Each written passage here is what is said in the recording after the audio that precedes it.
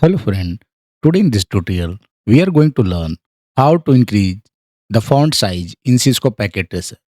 If you want to first zoom, you can click here on the plus button and you can see you can zoom the Packet Tracer.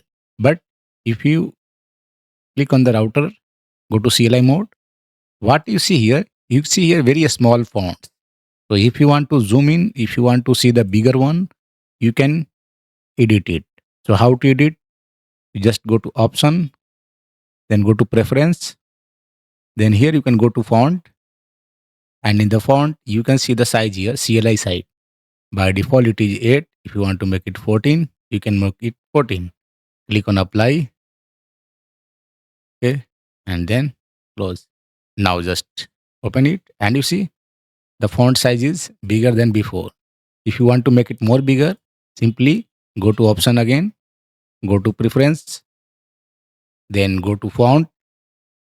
Again by default it is 14. Let make it more bigger, make it 16.